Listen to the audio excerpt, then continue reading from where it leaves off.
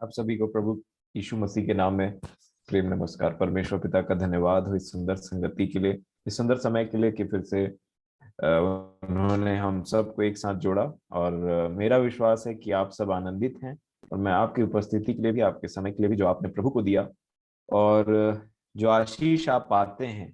क्योंकि लिखा है कि विश्वास सुनने से और सुनना मसीह के वचन से होता है। और हम सब जानते हैं, और मैं आनंदित हूं इस बात के लिए कि आप मसीह के वचन को सुनने के लिए आते हैं और आपका विश्वास उस पर है, और प्रभु आपको आशीषित कर रहे हैं। और आपके जीवन में वो ज्योति के विषय में जो हम देख रहे हैं, वो और बढ़ते चला जा रहा है, और वो चमकते चला जा रहा है।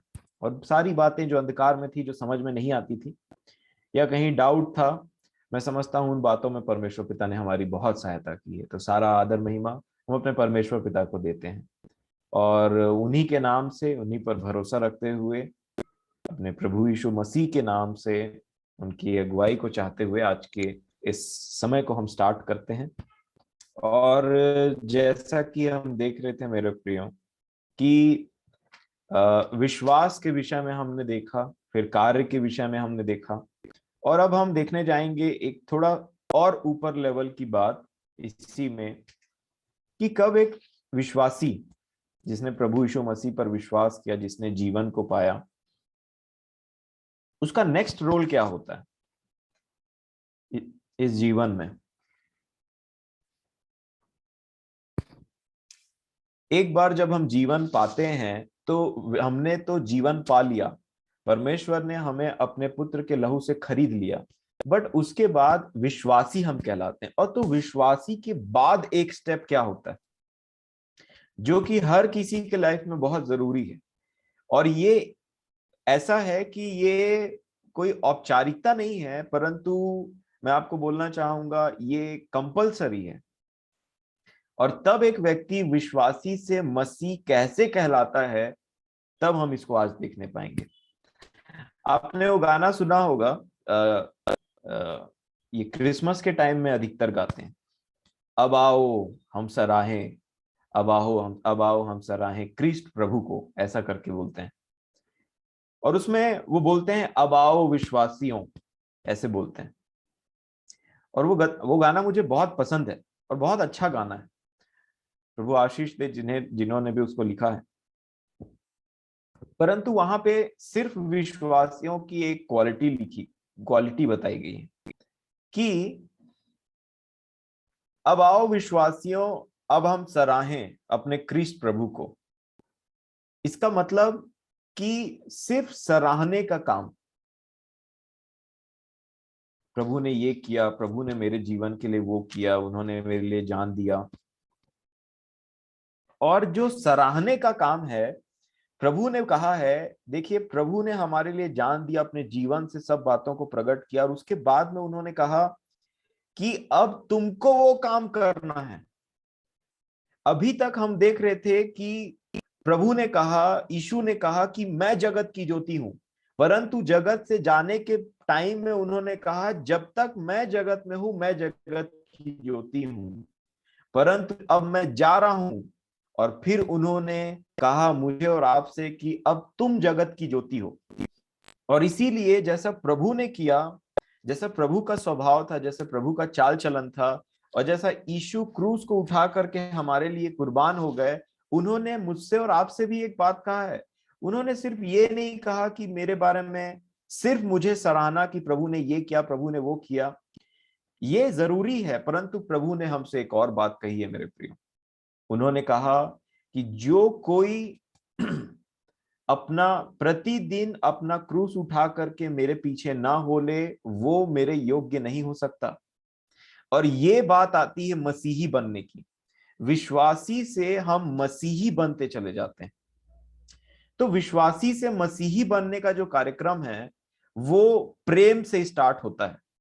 ये क्रूस उठाने की जो बात है, वो प्रेम से स्टार्ट होती है मेरे प्रियो। और जब इसको समझना मानो ऐसा है कि हमने जीवन पाया, अब हम विश्वासी कहलाते हैं, और प्रभु हमको बोलते हैं अब विश्वासी ही नहीं सिर्फ, परंतु अब मसीही कहलाना है। और एक मसीही, या फिर जिसको क्रिश्चियन बोलते हैं, क्रिश्चियन बोलने का मतलब जो मसीह के पीछे चलता है, मसीह के फॉलोअर को मसीही बोलते हैं। और इसीलिए हम जब मसीही बनने की तरफ चलते हैं, ये रास्ता बहुत कठिन है। क्यों? क्योंकि विश्वास करते टाइम क्रूस की जरूरत नहीं पड़ती, परंतु मसीही बनने के लिए क्रूस की जरूरत पड़ती है। और इसीलिए क्रूस का जीवन, क्रूस उठाने वाला जीवन ही मसीही जीवन होता है।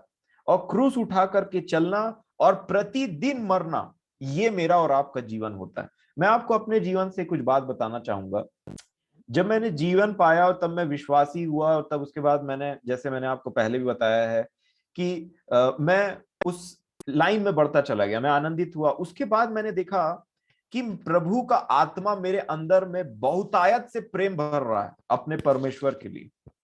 और प्रेम को भरते भरते भरते मेरा मन ऐसा हो रहा है कि प्रभु आप जो कहेंगे मैं वो मानने के लिए तैयार हूं, क्योंकि मेरे जीवन के राजकुमार, आपने मुझे खरीदा है अपने लहू से, आपने मुझे अपना बना लिया, मेरे लिए इतना बड़ा काम किया, अब मैं भी आपके लिए कुछ करना चाहता हूं। और जब एक व्यक्ति बोलता है कि मैं आपके लिए कुछ करना चाहता हूं, आपको प्रसन्न करना चाहता हूं, प्रभु बोलते हैं कि मरना पड़ेगा, क्रूस उठाना पड़ेगा। और इसीलिए जब हम इस अपने विश्वास को प्रकट करते हुए वचन के अनुसार बपतिस्मा लेते हैं, तो बपतिस्मा का मतलब ही होता है कि प्रभु में गाड़े जाना, इस संसार के लिए मर जाना और प्रभु के लिए जीवित होना। और उस दिन से जो व्यक्ति उठता है वो प्रभु के लिए उठता है। और इसीलिए जब हम जी उठते हैं प्रभु में, तो अब हम प्रभु को प्रसन्न करने के लिए जीते हैं। और प्रभु जब कहता है कि क्रूस उठा, तो क्रूस, याद रखिएगा मेरे प्रिय, दो ही वजह से उठाई जा सकती। और जो प्रभु ने मुझे सिखाया है वो ये है कि जब मैं यीशु के जीवन को ध्यान से देख रहा था और मैं मनन कर रहा था कि प्रभु जी आपने क्रूस उठाया, और क्रूस उठाते टाइम आपके विषय में ये लिखा है कि जैसा भेड़ अपने ऊन को कुतरवाने के लिए जाता है ना, कूका भी नहीं करता है, वैसे आप चुपचाप चले गए। आपको किसने धोखा नहीं दिया प्रभु जी? आपके एकदम करीबी चेले भी छोड़ के भाग गए आपको, अगर आप देखेंगे तो। परंतु इन सब विषय में आपने क्रूस का मार्ग लिया और क्रूस की मृत्यु सही। और उतना टाइम कोई भी व्यक्ति धर्मी नहीं था, कोई भी प्रभु को ऐसा नहीं दिख रहा था कि मैं यहां से जाऊंगा तो उसके बाद से ये व्यक्ति आगे चल करके जो मैंने काम स्टार्ट किया उसको पूरा करेगा। आप देखिए किसी का जीवन प्रभु को वहां पे परफेक्ट नहीं दिखाई दे रहा था, परंतु फिर भी प्रभु कुर्बान हो गए, क्रूस उठाया। क्यों? क्योंकि उनका विश्वास था कि मैं जाऊंगा, पिता आत्मा भेजेगा, वो इनमें आएगा और वे फिर इस काम को पूरा करेंगे। और इसीलिए क्रूस उठाने का जो मैं कोर मैसेज आपको बताना चाहता हूं कि क्रूस कैसे उठाता है कोई इंसान। यीशु ने क्रूस कैसे उठाया? दो चीजों के लिए। नंबर वन, पिता के प्रेम में उसने क्रूस को उठा लिया। ये पिता की इच्छा थी कि मेरा पुत्र जगत में जाए मनुष्य बन करके, और मनुष्य बनने के बाद में उन सारे अन्याय को सहे जो उसके लिए नहीं है, एक पवित्र जीवन जीने के बावजूद भी हर वो चीज सहे जो एक्चुअली में वो डिजर्व नहीं करते हैं। तो तब प्रभु ने पिता के उस प्रेम में, मैं आपको बताना चाहता हूं मेरे प्रियो, ये एक ऐसी बात है ना जिसके विषय में दुनिया की कोई नॉलेज इस बात को नहीं सिखा सकती। और वो नॉलेज है उस प्रेम का जो यीशु और परमेश्वर के बीच में था। और तब जब आप देखेंगे कि क्रूस उठाया क्यों, तो जब पिता ने कहा कि तुझे क्रूस उठाना है, और उस प्रेम में जो पिता ने अपने पुत्र से प्रेम किया और पुत्र ने पिता से प्रेम किया, उसके चलते यीशु ने क्रूस उठाया था। इसीलिए जब तक एक व्यक्ति अपने परमेश्वर से, प्रभु यीशु मसीह के द्वारा प्रेम में लिपटा हुआ नहीं रहता, एकदम प्रेमी नहीं बन जाता अपने परमेश्वर का, उससे पहले उसके लिए क्रूस उठाना बहुत मुश्किल होगा। और इसीलिए जो दुख तकलीफ आती है ना, क्रूस उठाने का जीवन बहुत आसान जीवन नहीं, बहुत कठिन जीवन। परंतु मैं एक बात जरूर जानता हूं, प्रेम में इतना ताकत है कि क्रूस की मृत्यु को भी यीशु ने सह लिया।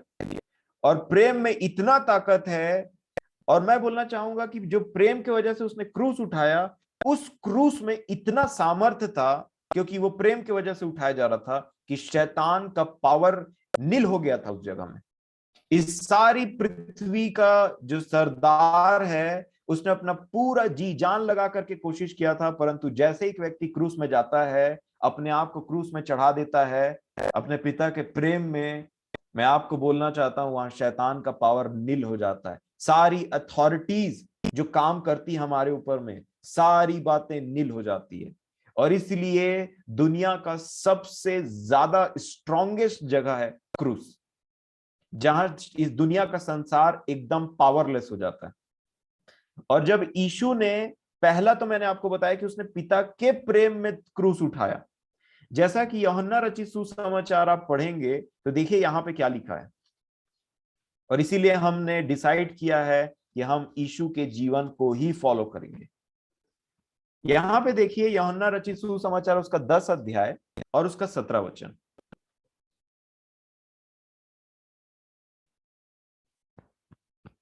यूहन्ना रचित सुसमाचार 10वां अध्याय और 17 वचन। यहां लिखा है, पिता इसलिए मुझसे प्रेम रखता है कि मैं अपना प्राण देता हूं।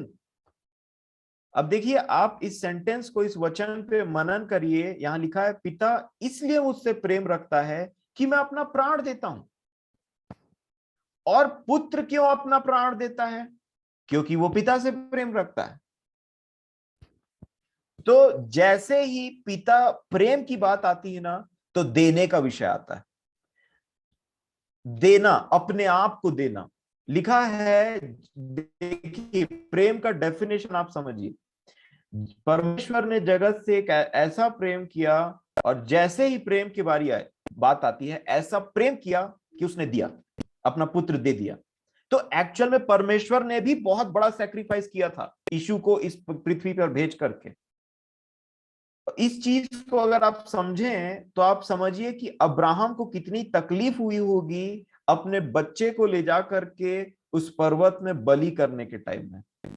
और उसी प्रकार पिता ने अपने पुत्र को हमारे बदले जब भेजा, तो एक्चुअल में सबसे बड़ा दुख जो उठाया था वो पिता ने उठाया था, यीशु को नीचे जमीन में भेज करके।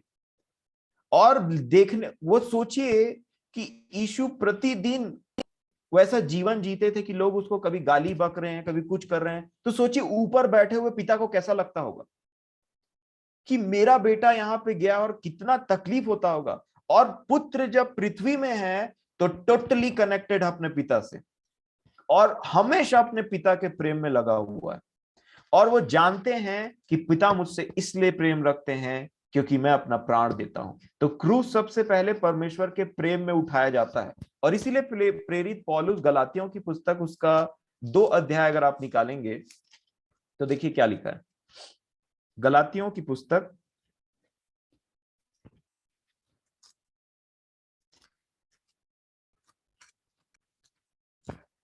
उसका 2 अध्याय और 20 वचन लिखा है। पौलुस बोलते हैं, मैं मसीह के साथ क्रूस पर चढ़ाया गया हूं। अब मैं जीवित न रहा, पर मसीह मुझ में जीवित है। और मैं शरीर में अब जो जीवित हूं, तो केवल उस विश्वास से जीवित हूं जो परमेश्वर के पुत्र पर है। आगे लिखा है, जिसने मुझसे प्रेम किया और मेरे लिए अपने आप को दे दिया। ये पौलुस अपनी गवाही को देते हुए बोलते हैं कि मैं मसीह के साथ क्रूस पर चढ़ाया गया हूं। अब मैं जीवित नहीं रहा, मैं जीवित नहीं रहा। और इसीलिए जब एक व्यक्ति जीवन पाता है तो वो जीवित नहीं रहता है, मसीह उसमें जीवित रहता है। तो विश्वासी मसीह में कैसे कन्वर्ट होता है, इसको ध्यान से देखिए। परमेश्वर के प्रेम में वो बंधता है और बढ़ता चला जाता है। तो देखिए परमेश्वर का प्रेम क्या है। यीशु क्यों क्रूस पर चढ़े? उन्होंने कहा, पिता मुझसे प्रेम रखता है। और किस लिए प्रेम रखता है? क्योंकि मैं अपने प्राण को देता हूं। और इसीलिए अपने प्राण को देने का मतलब मैं अपनी इच्छा पूरी नहीं करके, मेरी इच्छा को साइड में रख करके मैं पिता के लिए जीता हूं। ये क्रूस की सबसे बड़ी पॉइंट है कि यीशु ने अपने पिता के प्रेम में उसकी इच्छा को पूरी करने के लिए अपने आप की कुर्बानी दे दी। और नंबर 2, उन्होंने मेरे और आपके प्रेम में अपनी कुर्बानी दी। वो क्रूस का जीवन उन्होंने, यीशु ने 2 वजह से चुना, एक पिता के प्रेम में और दूसरा मेरे और आपके लिए, ताकि मेरा और आपका उद्धार हो सके। क्योंकि उनको पता था कि दुनिया में ऐसी कोई ताकत नहीं है जो शैतान के चंगुल से या उस डेथ के चंगुल से, मृत्यु के ताकत से हमें छुड़ा सके। और इसीलिए यीशु ने मेरे और आपके लिए प्रेम में क्रूस की कुर्बानी दे दी। मेरे प्रियो, उन्होंने कहा सच्चा चरवाहा मैं हूं, और सच्चा चरवाहा भेड़ों के लिए अपने प्राण को देता है। और इसीलिए उसने चरवाहे के लिए, जो यीशु ने अपने पिता के लिए क्रूस उठा लिया, और यीशु ने मेरे और आपके लिए क्रूस उठा लिया। और यही बाइबल की सबसे बड़ी 2 आज्ञा हैं। तू अपने परमेश्वर से सारे प्राण, सारी बुद्धि, शक्ति, सब चीज से प्रेम रखना, सब चीज से ऊपर। और दूसरा, तू अपने पड़ोसी से अपने समान प्रेम रखना। और इसी को यीशु ने क्रूस पर पूरा किया। तभी पौलुस बोल पाते हैं और तभी मैं बोल पाता हूं। 20 वचन से फिर से पढ़ूंगा आपके सामने। क्या कहा उन्होंने? मैं मसीह के साथ क्रूस पर चढ़ाया गया हूं।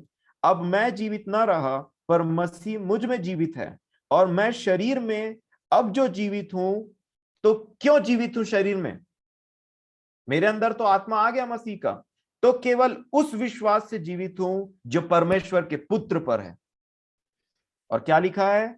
जिसने मुझसे प्रेम किया, जिसने मुझसे प्रेम किया, मुझसे प्रेम किया, आपसे प्रेम किया, हम सबसे प्रेम किया। और इसलिए वो क्रूस पर चढ़ गया।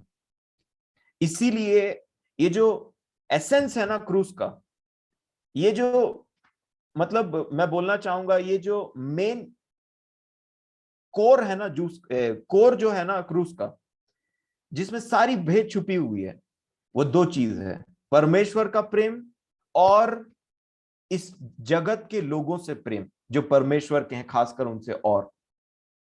और इसीलिए पौलुस बोल पाते हैं कि और मेरे लिए अपने आप को दे दिया। देखिए लास्ट क्या लिखा है, मेरे लिए यीशु ने अपने आप को दे दिया।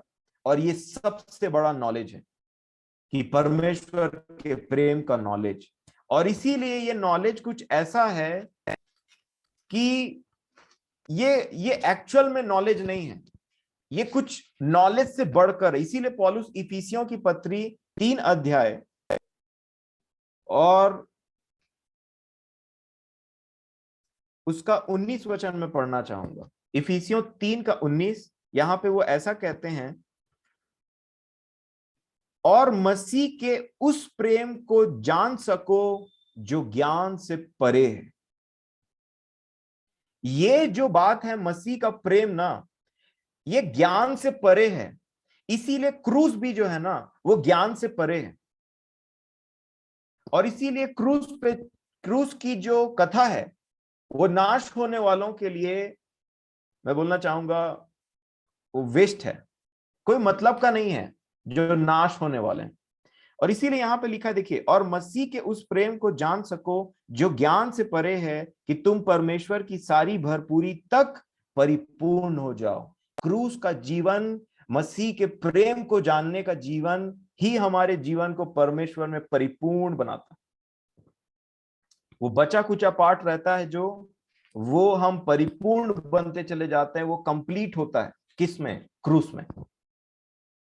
और इसीलिए मेरे प्रियो, मैं आपको बताना चाहता हूं, परमेश्वर का प्रेम, आप कंटिन्यूअसली जब अपने जीवन में परमेश्वर के प्रेम को समझने का एक प्रैक्टिस डालेंगे कि कितना बड़ा है परमेश्वर, कितना महान और कितना कितना करुणामयी और प्रेमी खुदावन बाप है, मैं आपको बताना चाहता हूं कि आप जैसे उसको देखेंगे, अपना जीवन उसको दे डालेंगे। और इसीलिए हम अपना जीवन उसको देते हैं, क्योंकि हम समझते हैं कि वो हमसे कितना प्रेम करता है। यीशु ने कभी भी ये नहीं बोला कि मैं, उन्होंने स्वर्ग की बात तो की, परंतु यीशु एक ऐसा कैरेक्टर है पूरे बाइबल में जिन्होंने मुझे और आपको पिता से मिलवाया। यीशु से पहले कभी किसी ने परमेश्वर को पिता नहीं बोला था, और यीशु ने बताया कि परमेश्वर पिता है, एक बाप है, हमें बाप से इंट्रोड्यूस कराया। इससे पहले लोग बाप से इंट्रोड्यूस्ड नहीं थे, और इसीलिए यीशु जब इस पृथ्वी पर आए तो उन्होंने उनको पिता कहकर पुकारा और पिता बोला, पिता। और इसीलिए आप देखेंगे पूरे बाइबल में जिस प्रकार से यीशु ने पिता का वर्णन किया है उसको किसी ने किया इससे पहले। और इसीलिए हम यीशु के जीवन का फॉलो करते हैं, ना कि बाइबल के किसी और कैरेक्टर का। हम सीखते जरूर हैं उनसे, परंतु हम यीशु के पीछे चलते हैं। मैं यीशु के साथ नूर में चलने लगा, चलूंगा, है ना। तो इसीलिए हम यीशु का पीछा करते हैं। क्यों? क्योंकि अगर आप कुलूसियों की पत्री 1 अध्याय, कुलूसियों की पत्री 1 अध्याय और उसका 15 वचन देखेंगे तो यहां पे ऐसा लिखा है, कुलूसियों 1 का 15 लिखा है यीशु के बारे में, वह तो अदृश्य परमेश्वर का प्रतिरूप और सारी सृष्टि में पहलौठा है। और इसके पहले सेंटेंस को आप देखिए क्या लिखा है, वह तो अदृश्य परमेश्वर का प्रतिरूप। इससे पहले कभी कोई व्यक्ति इस संसार में ऐसा नहीं आया जिसके विषय में लिखा है कि वो अदृश्य परमेश्वर का प्रतिरूप है। मतलब जिस परमेश्वर को हम देख नहीं सकते, जिस परमेश्वर को आज तक किसी ने नहीं देखा, किसी ने नहीं देखा मतलब किसी ने नहीं देखा, उस परमेश्वर के स्वभाव को कि वो है कैसा, उसके स्वभाव को यीशु ने इस पृथ्वी से इंट्रोड्यूस करवाया कि तुम्हारा परमेश्वर ऐसा है। और अपने स्वभाव को दिखाते हुए, उस महान प्रेम को दिखाते हुए जो एक्चुअल में परमेश्वर का स्वभाव है, वो इस पृथ्वी पर आ गए। और जब फिलिप्पुस ने बोला कि हमें पिता को दिखा दे, तब यीशु ने बोला मैं इतने दिन से तेरे साथ में हूं, तुम्हारे साथ में हूं, और तू मुझे कैसे कह सकता है कि तू मुझे पिता को दिखा दे। मतलब यीशु को देखना, उसके गुण को देखना, मतलब पिता को देखना, वही वो है जो जो इस पृथ्वी पे आने के बाद पिता के उस गुप्त स्वभाव को, जो इतने हजार सालों से छुपा हुआ था, जिसको किसी ने नहीं जाना, उसने उन बातों को प्रकट किया। और इसीलिए नॉलेज जो मनुष्य का है वो कभी भी उस प्रेम को नहीं समझ सकता। वो ये ऐसा है कि the love of Christ which surpasses all the knowledge, ये कहीं ऊंची बात है जो ज्ञान से उसको खोजने की कोशिश करते हैं, या इस संसार का ज्ञान या किसी भी प्रकार का ज्ञान। और ये तब तक पॉसिबल नहीं है जब तक पवित्र आत्मा मुझ पर और आप पर प्रकट ना करे, क्योंकि वही यीशु का आत्मा है। और अभी यीशु के एब्सेंस में शारीरिक रूप से उसका आत्मा हमारे अंदर है, और इसीलिए अब हम जगत की ज्योति हैं। और इसीलिए यहां पे लिखा हुआ है, अगर आपने कुलुसियों की पत्री खोला है तो इसका 3 अध्याय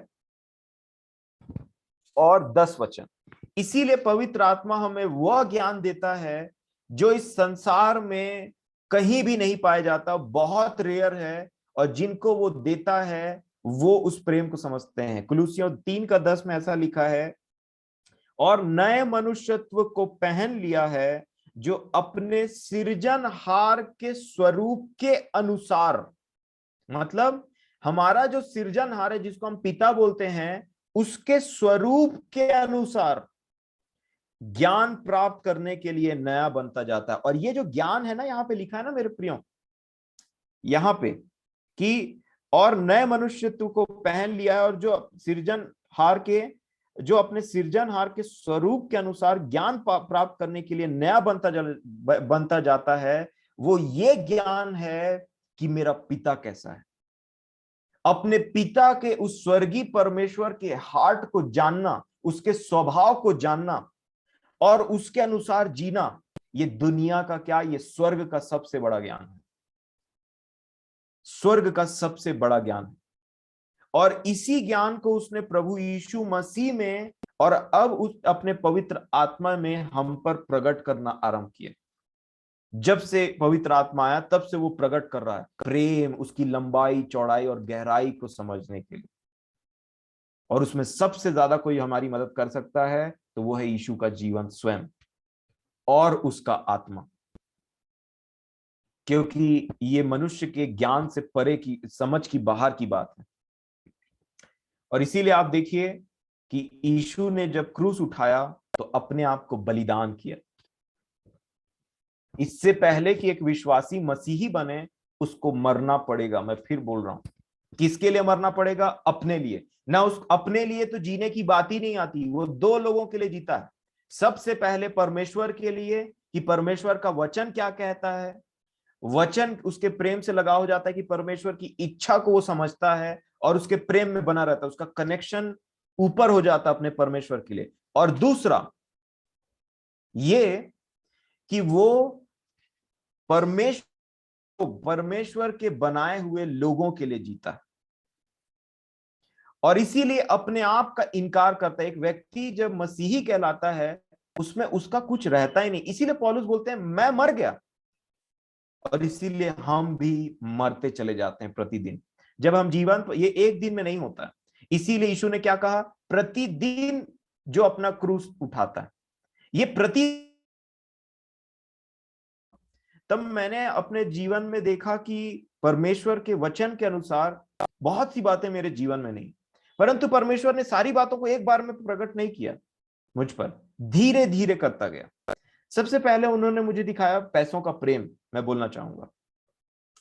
और जब पैसों का प्रेम, ये कैसी बात है कि मान लीजिए पैसों का प्रेम यहां खड़ा है, सामने में है, और उसके बगल में परमेश्वर पिता है, और आप यहां से देख रहे हैं दोनों को। और अब जो हमारा स्वभाव है कि हमको पैसों के प्रेम की आदत है, लत लगी हुई इतने समय तक। पैसों का प्रेम देखिए, पैसों का प्रेम और लालच एक अलग चीज है। पैसे कमाना, उसको सही से यूटिलाइज करना, उसको एंजॉय करना, ये टोटली अलग बात है। इसलिए आप कंफ्यूज मत हो जाइएगा।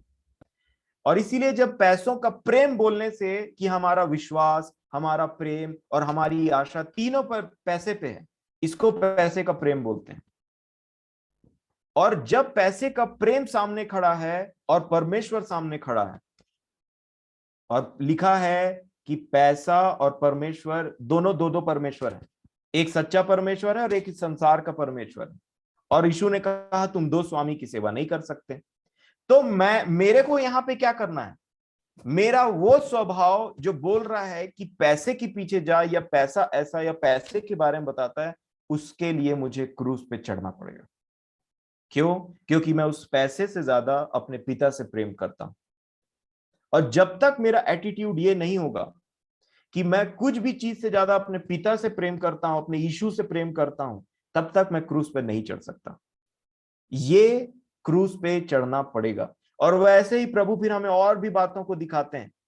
हमारा गुस्सा हो जाना, बिना मतलब का गुस्सा हो जाना, और किसी को माफ नहीं करना, और नाना प्रकार की बात है एक एक करके हमारे सामने आती। प्रभु बोलते हैं प्रेम है, बड़े प्रेम से, बड़ा प्रेमी है प्रभु।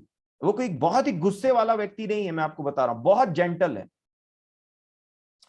और वो बोलते हैं कि देख कि मुझसे प्रेम है तो उस गुस्से और नफरत की आदत से ना, उसके लिए मरना पड़ेगा तुझे, उसके लिए क्रूस उठाना पड़ेगा।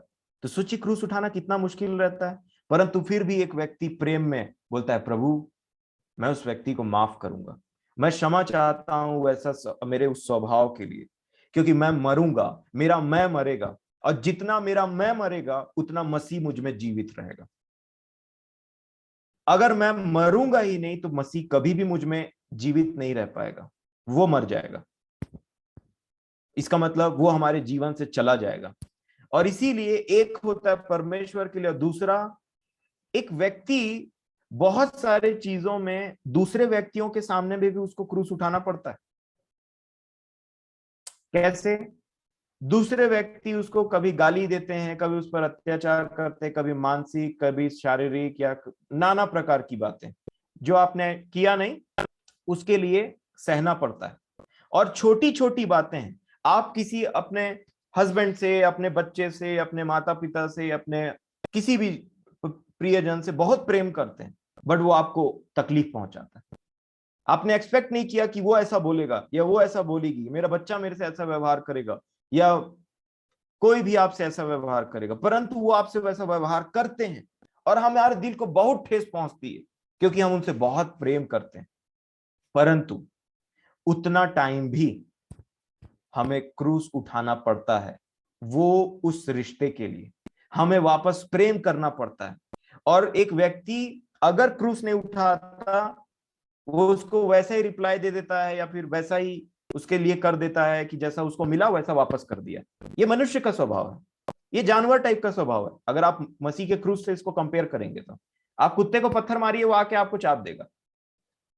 इसका मतलब आपने वो जो ये प्रतिक्रिया बोलते हैं ना, वो न्यूटन थर्ड लॉ करके बोलते हैं इस पृथ्वी में, कि हर रिएक्शन का, हर एक्शन का उसका रिएक्शन होता है ना। आप जैसा करेंगे वैसे वापस आ जाएगा। लेकिन मसीह का लॉ ऐसा नहीं है।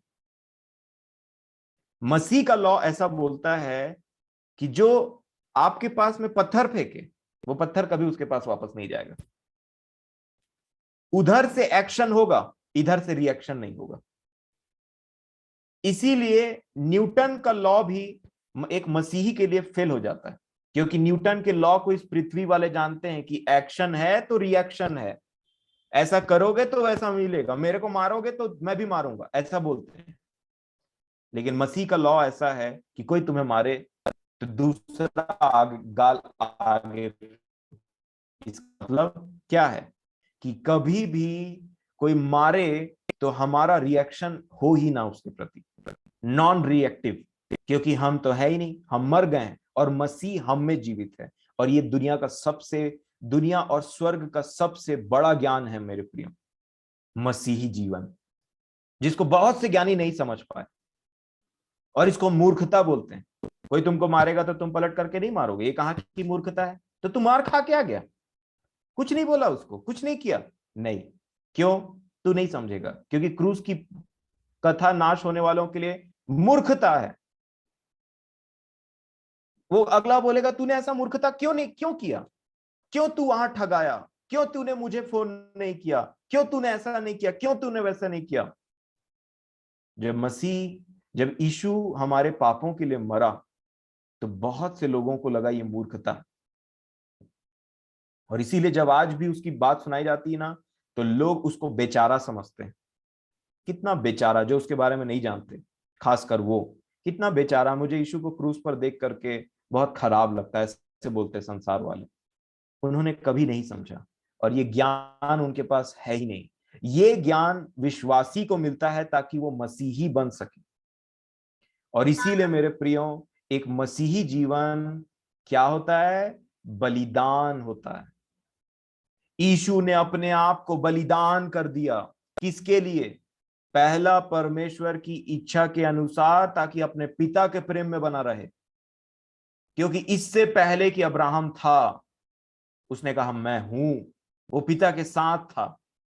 इससे पहले कि संसार की कोई भी चीज बनी, उससे पहले पिता के साथ था।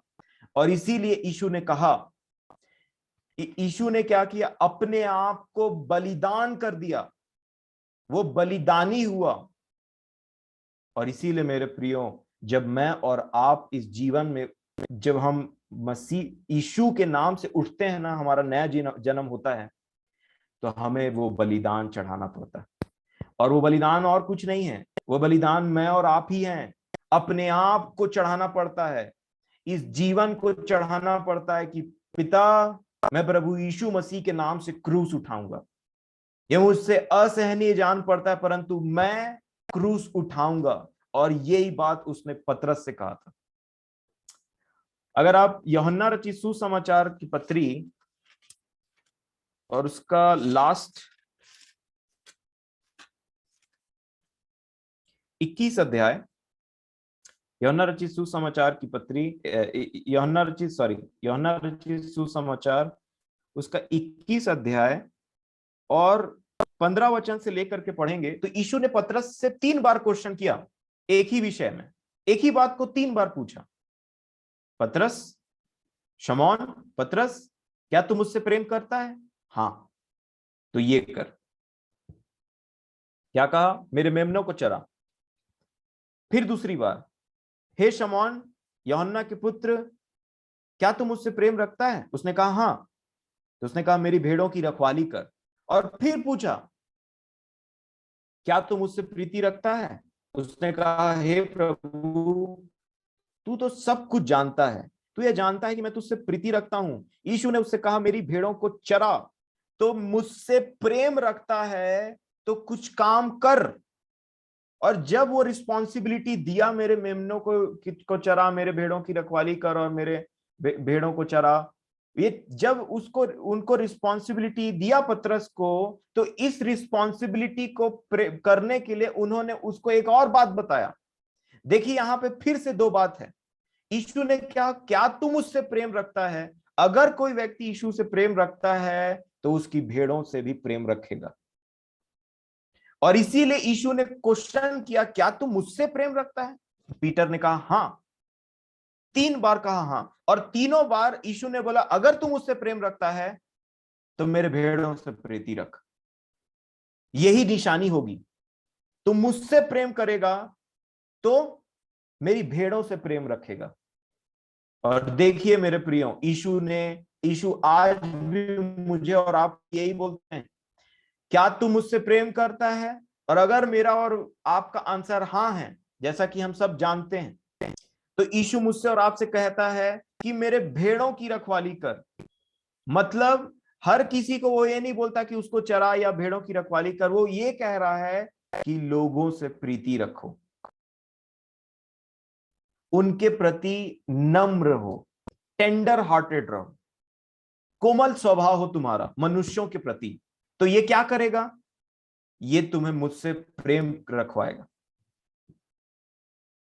और यीशु ने जब कहा, आज की बात थोड़ा सा मैं समझता हूं प्रभु हमारी सहायता करें इस विषय में, थोड़ा सा हाई लेवल की बात है मेरे प्रिय, क्योंकि बात हो रही क्रूस की, और क्रूस की बात अच्छों की समझ में नहीं आती, परंतु परमेश्वर का अनुग्रह हम पर यह है कि क्रूस की बात हम पर समझ में आए, क्योंकि हम नाश होने वाले नहीं हैं, परंतु हम अपने परमेश्वर के साथ सदा काल के लिए रहने वाले। इसलिए बड़े ध्यान से समझिएगा, प्रभु जरूर हमेशा की तरह आपसे बातचीत कर रहे हैं, मेरा विश्वास।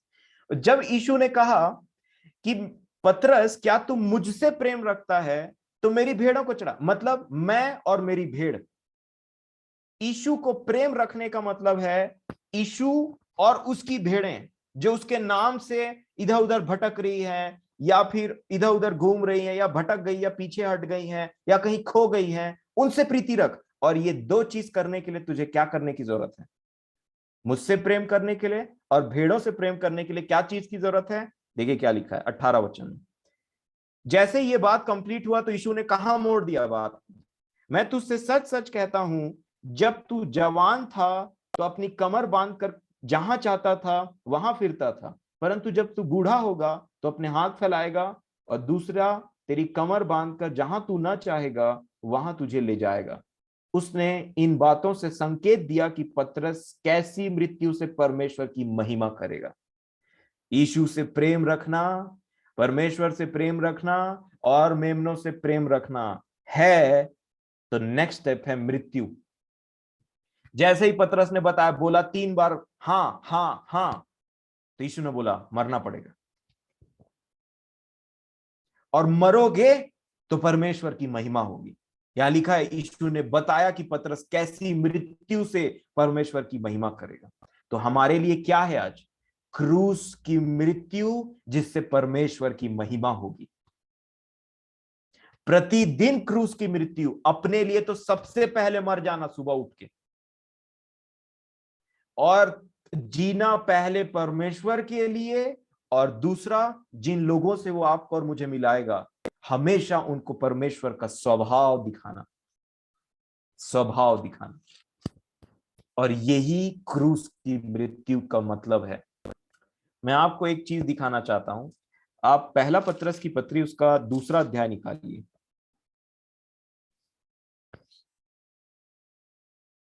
और उसका 9 वचन।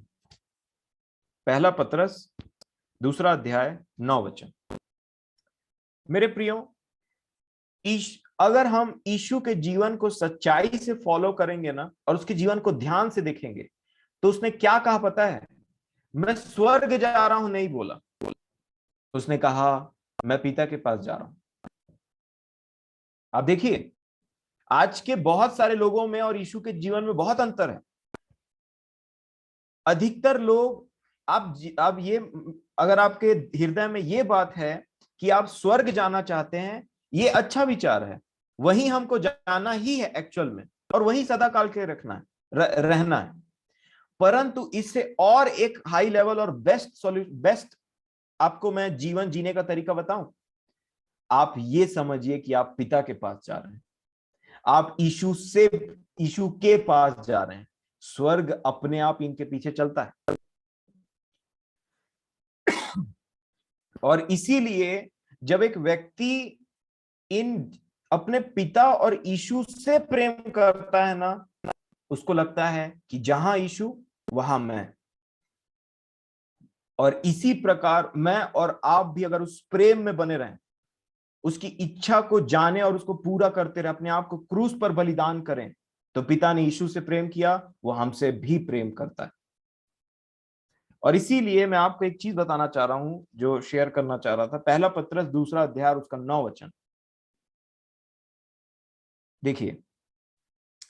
जब मैंने जीवन पाया तो ऐसा था कि जीवन पाने के बाद में ऐसा होता था कि मान लीजिए मैं अपने उन नया जीवन तो नया हो गया मेरा, परंतु जब मैं उन पुराने लोगों से मिला जहां मैंने अपना नाम खराब करके रखा था, बोलना चाहिए, मेरा पुराना स्वभाव उनको याद था, तो उन लोगों से जब मैं मिला तो मान लीजिए कि ऐसा हुआ कि बहुत सारे लोगों ने पहचानने से इनकार कर दिया।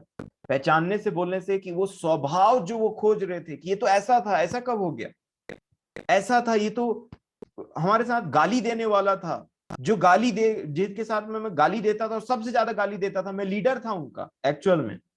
अब उनके साथ जब मैं दोबारा मिला, तब मेरे दोस्तों में ये बात फैल गई कि अब रुपेश बदल गया है, और पता नहीं उसको क्या हो गया है। और वो मुझे चिढ़ाते भी थे, कई लोगों ने मुझे चिढ़ाया जब मैं कुछ बात करता था। बात परमेश्वर से रिलेटेड या किसी बात से रिलेटेड हो ही नहीं रही थी, परंतु जब मैं बात कर रहा था तो एक मानो ऐसा बोलता था कि सुना हूं आजकल तू बहुत धर्मी हो गया। तो कहीं एक ने ऐसा कहा कि my child, God bless you, मतलब फादर बन गया है। मैं समझ गया था उन चीजों का मतलब। तो ऐसे ऐसे परिस्थितियों का हमको सामना करना पड़ता है। क्यों? क्योंकि अब हम उनकी संगति में नहीं, अब हम अंधकार से प्रभु ने ज्योति के साथ, ज्योति में लेकर के वो हमको निकाल ले आया है। और इसीलिए मेरे प्रियो, मैं आज आपको ये वचन शेयर करना चाहता हूं। 2:9 में क्या लिखा है देखिए। पहला पतरस 2:9, पर तुम एक चुना हुआ वंश और राजपदधारी, याजकों का समाज और पवित्र लोग और परमेश्वर की निज प्रजा हो, इसलिए कि जिसने तुम्हें अंधकार में से अपनी अद्भुत ज्योति में बुलाया, उसके गुण प्रकट करो। हम अंधकार में से तो ज्योति में आ गए, अब क्या करना है? उसके गुण को प्रकट करना है। और गुण कैसे प्रकट होंगे? जब खुद जानेंगे कि वो कैसा है। और कैसा है कैसे जानेंगे? जब यीशु के जीवन को देखेंगे, उस पर मनन करेंगे, प्रार्थना करेंगे, और पवित्र आत्मा उसके जीवन की बातों को मुझे और आपको समझा देगा। और आगे लिखा है, तुम पहले तो कुछ भी नहीं थे, पर अब परमेश्वर की प्रजा हो। तुम पर दया नहीं हुई थी, पर अब तुम पर दया हुई है। आगे देखिए क्या लिखा है। हे प्रियो, मैं तुमसे विनती करता हूं कि तुम अपने आप को परदेशी और यात्री जानकर उन संसारिक अभिलाषाओं से जो आत्मा से युद्ध करती है, बचे रहो। और फिर उन्होंने कहा, अन्य जातियों में तुम्हारा चाल चलन भला हो, ताकि जिन जिन बातों में वे तुम्हें कुकर्मी जानकर बदनाम करते हैं, क्या कहा? जिन जिन बातों में वो तुम्हें कुकर्मी जानकर बर्बाद करते, वो हमारा पुराना जीवन रहता ही कुछ ऐसा है जिससे सिर्फ बदनामी होती। जब हम प्रभु में नहीं रहते, अंधकार में रहते हैं, हम बदनामी का कारण रहते हैं। हमारे नाम से परमेश्वर के नाम को ठेस पहुंचता है एक्चुअल में, क्योंकि लोग समझते हैं कि ये क्रिश्चियन है, और क्रिश्चियन लोग ऐसा करते हैं, इन लोग भी गाली देते हैं, इन लोग भी चोरी करते हैं, इन लोग भी शराब पीते हैं, इन लोग भी ऐसा है। उस नाम से वो गंदगी फैलाते हैं। मतलब मैं और आप एक समय में अपने परमेश्वर के लिए बेइज्जती थे, बेइज्जती, उसके हमारे नाम से उसकी बेइज्जती होती थी। तो इसीलिए यहां लिखा है, पर जब परमेश्वर ने, सोचिए मेरे और आपके लिए परमेश्वर ने कितना सहा, कितना सहा, जब उसकी बेइज्जती होती थी हमारे नाम से। अब इस प्रेम को अब मैं ऐसा समझता हूं, और इसलिए मैं धन्यवादी बना रहता हूं कि उसने मुझसे प्रेम किया, और बहुत अधिक प्रेम किया। और यहाँ पे 12 वचन में लिखा है, अन्य जातियों में तुम्हारा चाल चलन भला हो, ताकि जिन जिन बातों में वे तुम्हें कुकर्मी जानकर बदनाम करते हैं, वे तुम्हारे भले कामों को देखकर उन्हीं के कारण कृपा दृष्टि के दिन परमेश्वर की महिमा करें।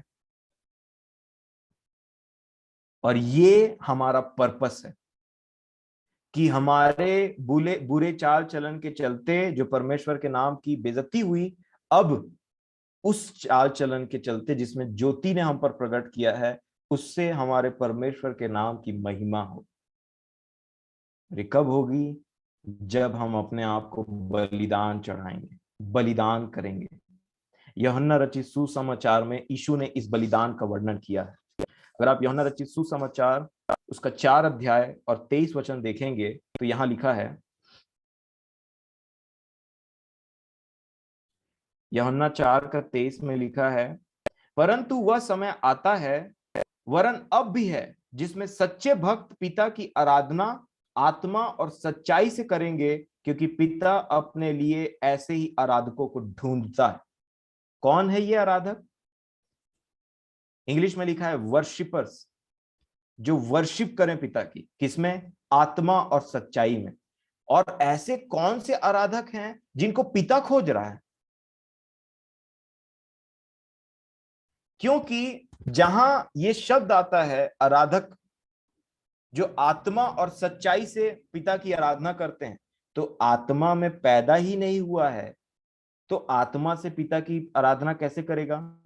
मतलब ये वो व्यक्ति है जिसने यीशु मसीह के नाम से नया जीवन पाया, पवित्र आत्मा में जीता है और अपने आप को बलिदान करता है। क्यों? क्योंकि मैं आपको इसी जो आपने, चलिए रोमियो की पत्री उसका 12 अध्याय निकालिए।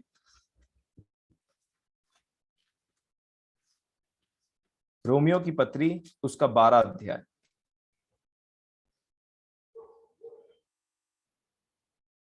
यीशु ने ऐसा क्यों कहा कि पिता खोजता है ऐसे लोगों को?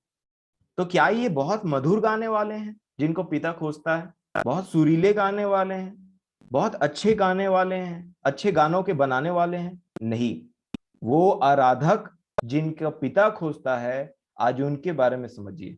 वही है सच्चे मसीही जो आत्मा और सच्चाई से उसकी आराधना करते हैं। रोमियो 12 के 1 में ऐसा इसलिए लिखा है, ऐसा लिखा हुआ है 12 का 1 में, इसलिए हे भाइयों, मैं तुमसे परमेश्वर की दया स्मरण दिलाकर विनती करता हूं कि अपने शरीरों को जीवित और पवित्र और परमेश्वर को भावता हुआ बलिदान करके चढ़ाओ। ये हमारी भेंट होती है परमेश्वर के लिए, अपने इस शरीर को जीवित, क्योंकि हम जीवित हैं और प्रभु में जीवित हैं। दूसरा, पवित्र और परमेश्वर को भावता हुआ। भावता हुआ मतलब क्या होता है? जो परमेश्वर को ग्रहण योग्य हो। अपने आप को ऐसा बलिदान करके चढ़ाओ, ये ही तुम्हारी आत्मिक सेवा है। लिखा है स्पिरिचुअल वर्शिप। इंग्लिश में आप पढ़ेंगे तो मैं आपके लिए पढ़ देता हूं 12 का 1। I appeal to you therefore brothers by the mercies of God to present your bodies as a living sacrifice, जिंदा बलिदान, अपने आप को जीवता बलिदान, होली, पवित्र, and acceptable to God, which is your spiritual worship. कैसी वर्शिप है? आत्मिक सेवा, आत्मिक आराधना, आत्मिक स्पिरिचुअल वर्शिप। और वहां उसने क्या कहा यीशु ने? पिता अपने लिए उन वैसे लोगों को खोजता है जो आत्मा और सच्चाई में उसकी आराधना करें। तो कैसे करेंगे? अपने आप को चढ़ा करके। और कहां चढ़ा सकते हैं? क्रूस में। और इसीलिए आगे क्या लिखा 2 में, इस संसार के सदृश न बनो, परंतु तुम्हारे मन के नए हो जाने से तुम्हारा चाल चलन भी बदलता जाए, जिससे तुम परमेश्वर की भली और भावती और सिद्ध इच्छा अनुभव से मालूम करते रहो। परमेश्वर की इच्छा क्रूस में ही मालूम होती है। और इसीलिए मेरे प्रियो, ये जो आराधना है ना, ये मेरा और आपका जीता हुआ जीवन है, पवित्र जीवन है, परमेश्वर को भावता हुआ जीवन है ये। और इसीलिए पतरस ने भी ये बात लिखा, अगर हम परमेश्वर के मंदिर हैं और हैं तो वहां पे सिर्फ प्रार्थना और स्तुति गान नहीं होता है, वहां भेंट भी चढ़ाया जाता है। और इसीलिए पतरस में ये बात लिखी, पहला पतरस और 3 अध्याय, और या पहला पतरस उसका 2 अध्याय और 5वें वचन को अगर आप देखेंगे कि हम भी जीवित पत्थर के समान, ये बात लिखी यहां पहला पतरस 2 उसका 5 लिखा है, तुम भी आप जीवते पत्थरों के समान आत्मिक घर बनते जाते हो, मंदिर परमेश्वर का, जिससे याजकों का पवित्र समाज बनकर ऐसे आत्मिक बलिदान चढ़ाओ जो यीशु मसीह के द्वारा परमेश्वर को ग्राह्य योग्य है। तो ये कौन है ऐसे आत्मिक बलिदान? अपने आप को बलिदान करना पड़ेगा, अपने आप का बलिदान, अपने उन स्वभावों का बलिदान। और उसके बाद हम जो पवित्र बनते हैं प्रभु यीशु मसीह के वचन से, क्योंकि क्या लिखा है? ऐसा वैसा बलिदान नहीं, जो यीशु मसीह के द्वारा है लिखा है। मतलब परमेश्वर है ऊपर, और यीशु मसीह ने हमें बताया कि कैसे क्रूस की में जीवन बिताएं, और क्रूस में अपनी इच्छा को पिता की इच्छा के लिए मार दें, और अपनी इच्छा को पिता की इच्छा के लिए बना लें। पिता से प्रेम की वजह से क्रूस में चढ़ जाएं, और लोगों के प्रेम की वजह से क्रूस पे चढ़ जाएं, खास करके अपने परिवार वालों के और अपने सराउंडिंग में जितने लोग हैं, क्रूस पे चढ़े जाएं। और तब मैं और आप उस आत्मिक बलिदान को यीशु मसीह के द्वारा पिता को चढ़ाएंगे। और यही हमारी आत्मिक सेवा है मेरे प्रियो। और इसीलिए फिलिपियों की पत्री में एक बात लिखा है, देखिए क्या बात है।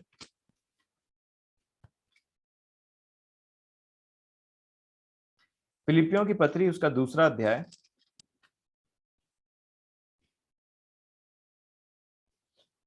और जैसा कि हम देख रहे थे 12 वचन से मैं पढ़ूंगा।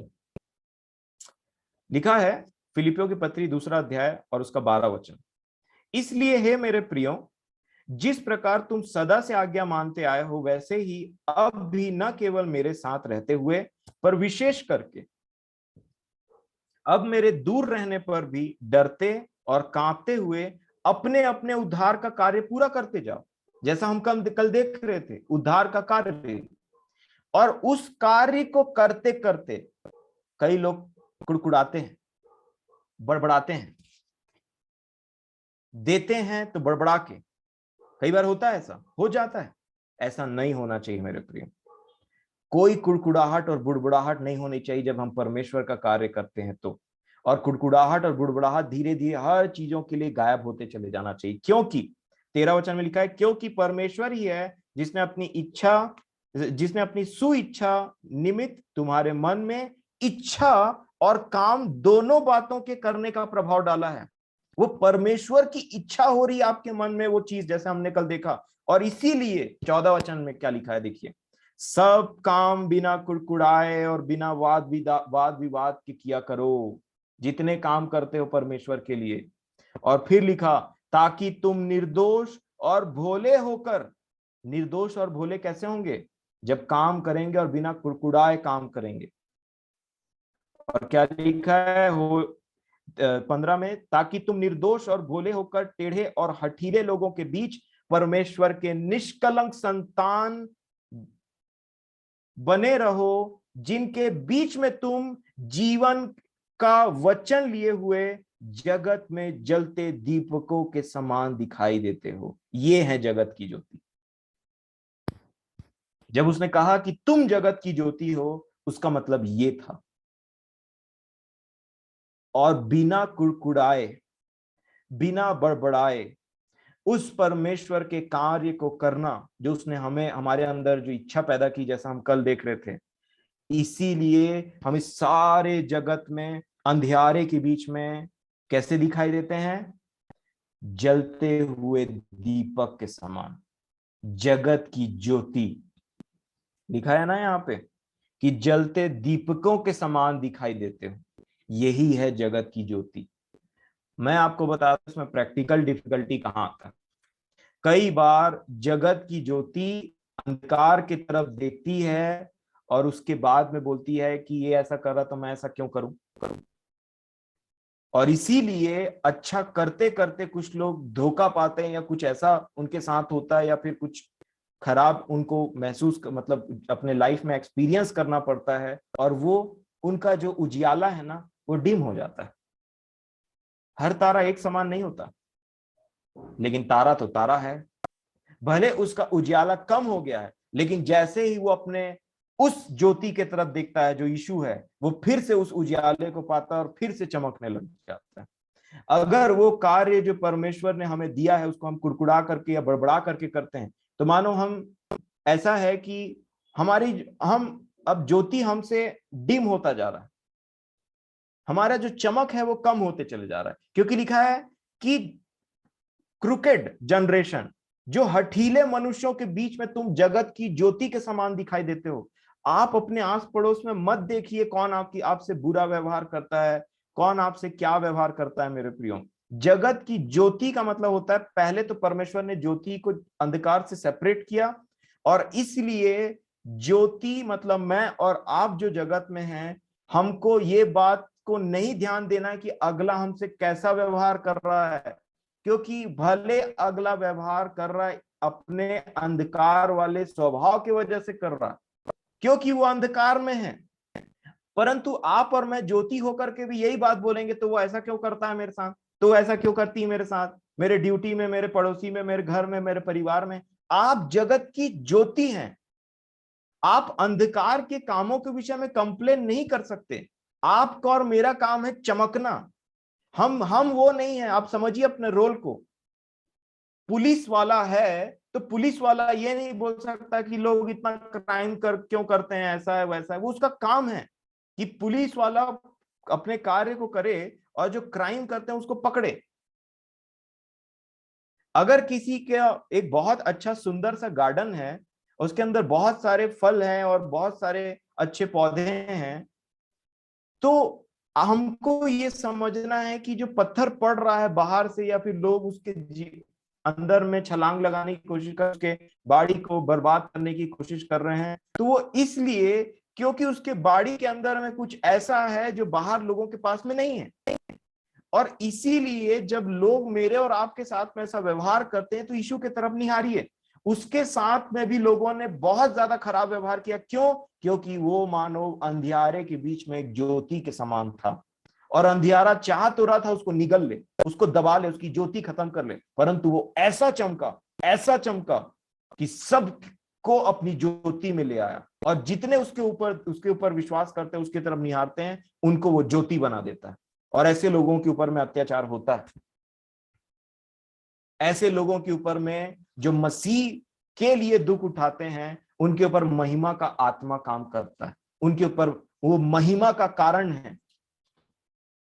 और इसलिए एक विश्वासी यहीं पे मसीही बनता है। पौलुस ने रोमियो की पत्री उसका 5 अध्याय में ये बात को समझाया, कैसे हम विश्वासी से मसीही बनते हैं। देखिए क्या लिखा है, रोमियो की पत्री 5 अध्याय और 1 वचन लिखा है यहाँ पे। विश्वास से कैसे हमारा उद्धार हुआ, और उसके बारे में लिखा है आगे अतः जब हम विश्वास से धर्मी ठहरे तो अपने प्रभु यीशु मसीह के द्वारा परमेश्वर के साथ मेल रखें, जिसके द्वारा विश्वास के कारण उस उन अनुग्रह तक जिसमें हम बने हैं हमारी पहुंच भी हुई, और परमेश्वर की महिमा की आशा पर घमंड करें। है ना, ये तो छुटकारे की बात किया उन्होंने, और फिर बताया केवल विश्वासी नहीं बनना। और इसीलिए 3 वचन में क्या कहा, केवल यही नहीं है भैया, केवल विश्वास के द्वारा अनुग्रह से तुम्हारा उद्धार हो गया और विश्वासी कहलाना ही जीवन नहीं है। अब यहां स्टार्ट होता है मसीही जीवन, और लिखा है केवल यही नहीं। ऊपर वचन को आप ध्यान से पढ़ लीजिएगा, ऊपर विश्वास और अनुग्रह के बारे में बताया है, तो उन्होंने कहा केवल यही नहीं वरन हम क्लेशों में भी घमंड करें। ये बात किया मसीही जीवन का, क्लेशों में भी घमंड करें, यह जानकर कि क्लेश से धीरज और धीरज से खरा निकलना और खरे निकलने से आशा उत्पन्न होती। अगर आप उन बातों को समझ लें जो आपके चारों ओर आपको लग रहा है कि मेरे साथ ऐसा क्यों हो रहा है, ऐसा क्यों हो रहा है, इन बातों को, इसको आप ऐसा लें, मैं मसीही हूं इसलिए मेरे साथ ऐसा हो रहा है। एक एक चीज का बदला प्रभु ऊपर जाकर के देगा। अगर मैं इसको प्रभु यीशु मसीह के प्रेम में ऐसा ग्रहण कर लूं कि प्रभु ये वही क्रूस है जो आपने उठाया था, और ये वही क्रूस है जो आप धीरे से मेरे ऊपर लाद के मुझे क्रूस उठाना सिखा रहे हैं। परंतु कई बार क्रूस को लोग ढकेल देते हैं, ये बहुत कठिन है,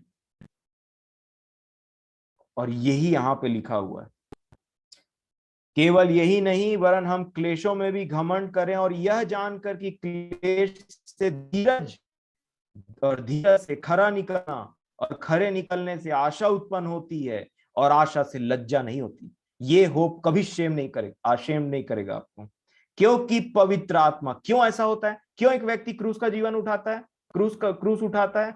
क्योंकि पवित्र आत्मा जो हमें दिया गया है उसके द्वारा परमेश्वर का प्रेम हमारे मन में डाला गया है। तुम मुझे मारो, कूटो या मेरे साथ कोई भी अत्याचार करो, मैंने ठान लिया है कि वो प्रेम जो मेरे अंदर पवित्र आत्मा देता है, मैं परमेश्वर के साथ प्रभु यीशु मसीह के नाम से बना रहूंगा, और इसीलिए ये आनंद उत्पन्न करता है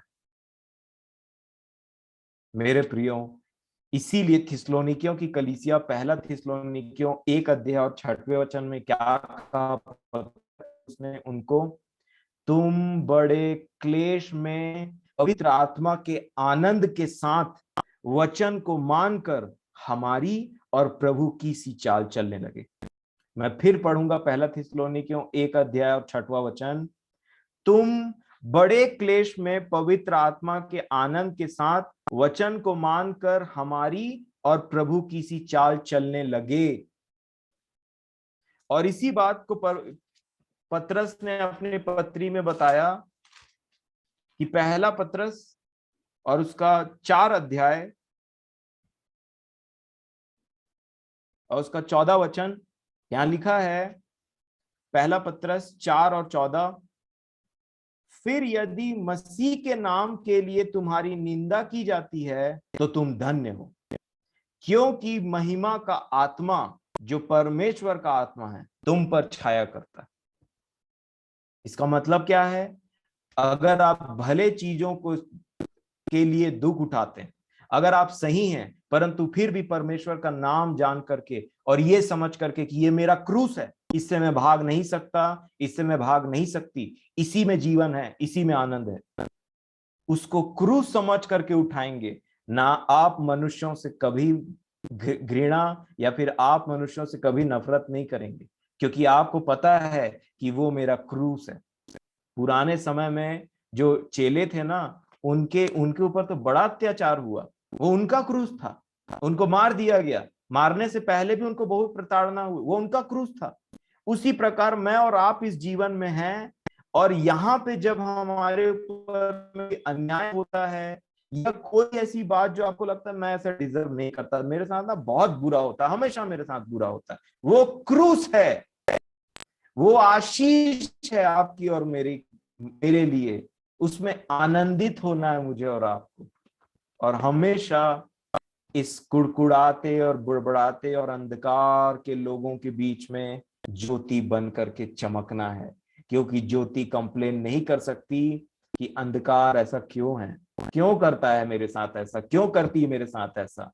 तुम ज्योति हो और अगला अंधकार है, और हमेशा अंधकार अपना भाव दिखाएगा और ज्योति अपना स्वभाव दिखाएगी। इस बात की प्रैक्टिस डाली, एक दिन में नहीं होगा, याद रखिएगा। इसलिए यीशु ने कहा प्रतिदिन क्रूस उठाना है। ये प्रैक्टिस भी है और प्रतिदिन का कार्य भी है। और इसीलिए मेरे प्रियो, जो ऐसा जीवन जीते हैं ना, जिस संसार में ऐसा जीवन जीते हैं, वो ज्योति बनते हैं। उनको कहा गया तुम जगत की ज्योति हो। और इसीलिए एक आखिरी वचन पढ़ना चाहूंगा जो दानियल नबी की पुस्तक में उन्होंने कहा। देखिए कैसी बातें हैं। अगर आपकी भी आशा उन स्वर्गीय वस्तुओं पर है, उन स्वर्गीय बातों पर है, जैसा कि हम मानते हैं, तो ये बातें आपके लिए एक खजाने के समान होगी जो प्रभु आज हम पर प्रकट कर रहे हैं। दानियल की पुस्तक 12 अध्याय और 2 वचन से पढ़ूंगा। 2 कैटेगरी है यहाँ पे। दानियल 12:2 यहां लिखा है, जो भूमि के नीचे सोए रहेंगे उनमें से बहुत से लोग जाग उठेंगे। किस लिए? कितने तो सदा के जीवन के लिए, और कितने अपनी नाम धराई और सदा तक अत्यंत घिनौने ठहरने के लिए।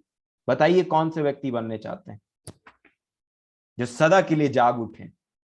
और क्या लिखा है? तब सिखाने वालों की चमक आकाश मंडल की सी होगी, और जो बहुतों को धर्मी बनाते हैं वे सर्वदा तारों के समान प्रकाशमान रहेंगे।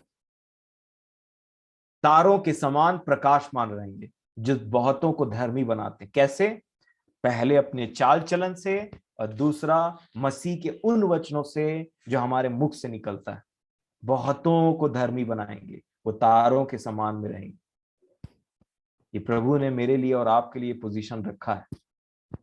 और इसीलिए प्रभु की चाल ये है कि आत्मा हमें उस प्रेम को दर्शाता है। तू सह रहा है ना, तू सह रही है ना, चाहे अपने परिवार के लिए, चाहे अपने बच्चे के लिए, चाहे अपनी पत्नी के लिए, चाहे अपने हस्बैंड के लिए, चाहे अपने सास के लिए, चाहे अपने ससुर के लिए, चाहे अपने पापा के लिए, मम्मी के लिए, किसी के लिए भी, अपने कार्य स्थल में जहां आप कार्य करने के लिए जाते हैं, अपने पड़ोस में, अपने चर्च में, कहीं भी आप कोई चीज सही सह रहे हैं ना जो आप डिजर्व नहीं करते, कोई परेशानी, जो भी चीज है, मैं नहीं जानता, मैं आपको बताना चाहता हूं मेरे प्रियो, वह हमारा क्रूस है।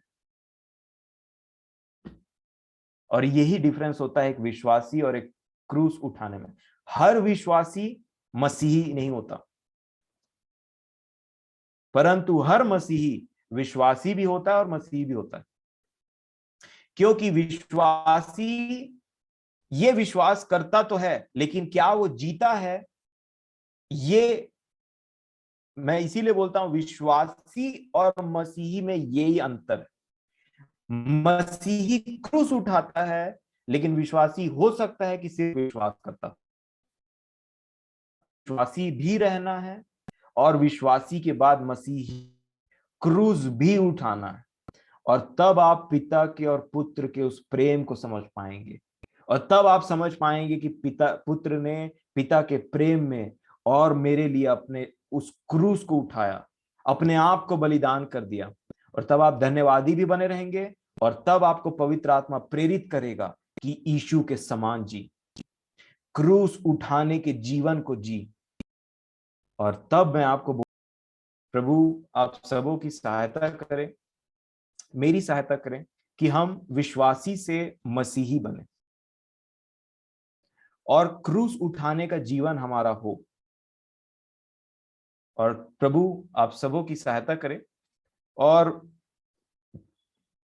मैं बोलना चाहूंगा, अगर आप ध्यान से ज्योति के विषय में देखे होंगे, तो ज्योति एक ऐसा विषय है जिसने आरंभ से लेकर के आखिरी तक सब कवर कर लिया।